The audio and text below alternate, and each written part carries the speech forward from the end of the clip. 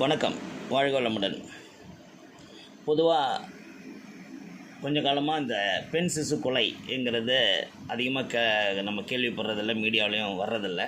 ஆனால் அதுக்காக பெண் சிசு கொலை நடக்காமல் இருக்குதான்னா இல்லை, அதுவும் நடந்துக்கிட்டு தான் இருக்குதுங்கிறது இன்னொரு பக்கம் நிதர்சனமான உண்மை.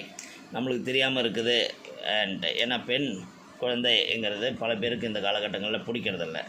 சரி, இந்த மாதிரி பெண் சிசு கொலையை வச்சு திரைப்படங்கள் கூட வந்தது உண்டு.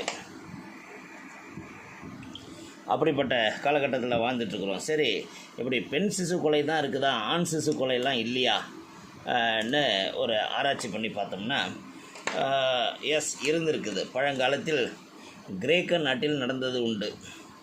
அந்த மாதிரி நடந்திருக்குது கிரேக்க நாட்டில்.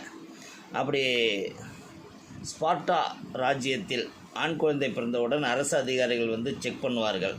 குழந்தை வீக்காக இருந்தாலோ ஏதாவது நோய்வாய்ப்பட்டிருந்தாலோ எடுத்து சென்று அக்குழந்தையை கொன்று விடுவார்கள்.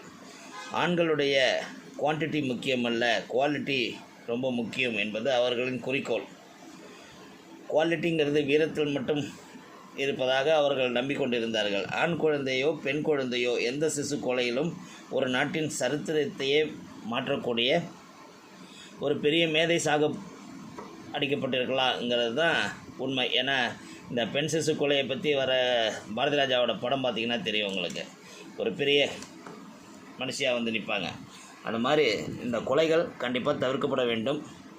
இந்த மாதிரி சின்ன சின்ன விஷயங்கள், ஆண் சிசு கொலை உண்டா, அப்படி கூட நடந்திருக்குதாங்கிறத நம்ம இன்றைக்கி தெரிஞ்சுக்கிட்ட மாதிரி மற்றவங்களுக்கு சொல்லுங்கள். இதை எடுத்து வாழ்க வளமுடன்.